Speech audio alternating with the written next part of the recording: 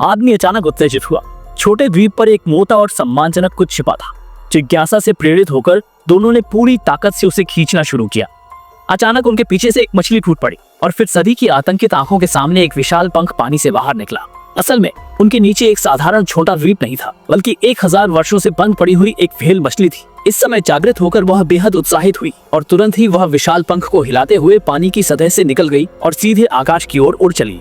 थोड़ी ही देर में सोने की मछली 10,000 मीटर की ऊंचाई पर पहुंच गई। मछली की उड़ान दिशा को नियंत्रित करने के लिए जनरल ने लोहे की चेन को मजबूती से पकड़ लिया। एक पल के लिए भी ढील नहीं दी। जल्दी ही वे बर्फ के पहाड़ के ऊपर पहुंच गए। गंतव्य के बहुत करीब जनरल ने पूरी ताकत से एक चेन खींची, जिसका मकसद मछली की उड़ान की गति को कम करना था। बर्फ के पहाड़ के पास आते देख जनरल ने तुरंत बुजुर्ग महिला को उठा लिया और बिना किसी हिचकिचाहट के उसे बर्फ के पहाड़ पर फेंक।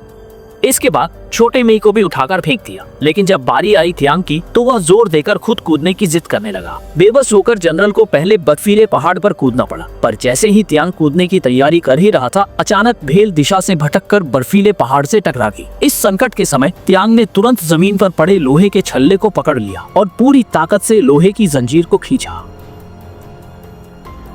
सो गए। भेल के गिरने की एक क्षण में उसने व्हेल को ऊपर खींचने में सफलता प्राप्त की। इसके तुरंत बाद कैंग भाई व्हेल की पीठ के सहारे नीचे फिसल गया और अंत में सुरक्षित रूप से बंस पर ढेर पड़ा।